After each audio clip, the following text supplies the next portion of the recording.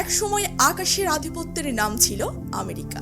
শব্দের চেয়েও দ্রুতগতির প্রযুক্তি, রাডার, অ্যাভয়েটাসে সজ্জিত হয়ে হোয়াইট হাউসের দিকেই তাকিয়ে থাকতো পুরো দুনিয়া। কিন্তু 2025 সালের মাঝামাঝি সব হিসেব ওলট পালট করে দিল এক নাম, টেপলভ পাগডা। রাশিয়ার এই স্টিলথ বোমারু বিমান এখন পৃথিবীর প্রতিটি সামরিক পরাশক্তির ঘুম কেড়ে নিয়েছে। এটা শুধু বিমান নয়, এক চলন্ত পারমাণবিক যুদ্ধাস্ত্র, এমনভাবে তৈরি যেন রাডারে কে চেনে না, বরং উল্টো বিভ্রান্ত হয়। দেখতে অনেকটা মার্কিন B-2 স্পিরিটের মতো, কিন্তু কার্যক্ষমতায় এটা যেন আকাশের এক ছায়া বিস্তার মৃত্যু। ঘন্টায় 1000 কিলোমিটার গতিতে একটানা 15 কিলোমিটার উড়ে যেতে পারে।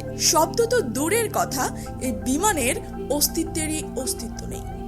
সবচেয়ে বিপজ্জনক দিক, পাগডা কেবল পারমাণবিক বোমা বহন করে না, সঙ্গে থাকতে পারে কিঞ্জাল হাইপারসনিক মিসাইল, শব্দের 20 গুণ গতির ধ্বংসাস্ত্র। এতে রয়েছে AI নিয়ন্ত্রিত সিস্টেম, যা নিজের সিদ্ধান্তে বেছে নেয় টার্গেট। সংযুক্ত আছে এমন সেন্সর যা শত্রু রাডার জ্যাম করে, ড্রোন অকেজো করে, এমনকি স্যাটেলাইট পর্যন্ত ব্ল্যাক আউট করে দিতে পারে। ফলে শত্রুপক্ষ বুঝতেই পারে না কবে তারা অন্ধ হয়ে গেছে কিংবা শেষ। রাশিয়ার প্রতিরক্ষা মন্ত্রণালয় নিশ্চিত করেছে পাগডা চালক ছাড়াও স্বয়ংক্রিয়ভাবে মিশন সম্পন্ন করতে পারে। কিন্তু আজও কেউ নিশ্চিত নয় আসলে কতগুলো পাগডা তৈরি হয়েছে বা এগুলো কোথা থেকে পরিচালিত হচ্ছে। পেন্টাগন স্বীকার করেছে বিশ্বের কিছু অঞ্চলে স্যাটেলাইট হঠাৎ করে নিষ্ক্রিয় হয়ে পড়ছে, আর সেই ভয়ে ছায়া গিলছে ওয়াশিংটনের রাত।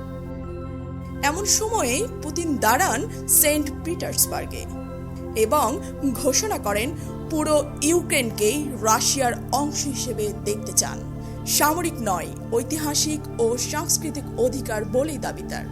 এই বার্তা যুদ্ধ ঘোষণার আরেক নাম, আর তার ছায়ায় দাঁড়িয়ে আছে পাগডা। আল জাজিরা জানায় ইউরোপ জুড়ে ছড়িয়ে পড়ছে উদ্বেগ। ইউক্রেন বলছে এই আগ্রাসন গোটা ইউরোপের জন্য হুমকি।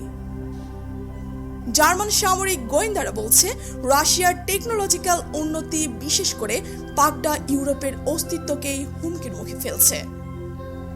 পশ্চিম যখন বিভক্ত, ন্যাটো, পেট্রিয়ট মিসাইল আর ট্রাম্পীয় প্রতিশ্রুতির টানাপোড়েনে, তখন রাশিয়া একের পর এক মাঠে নামাচ্ছে তার অদৃশ্য ঘাতকদের।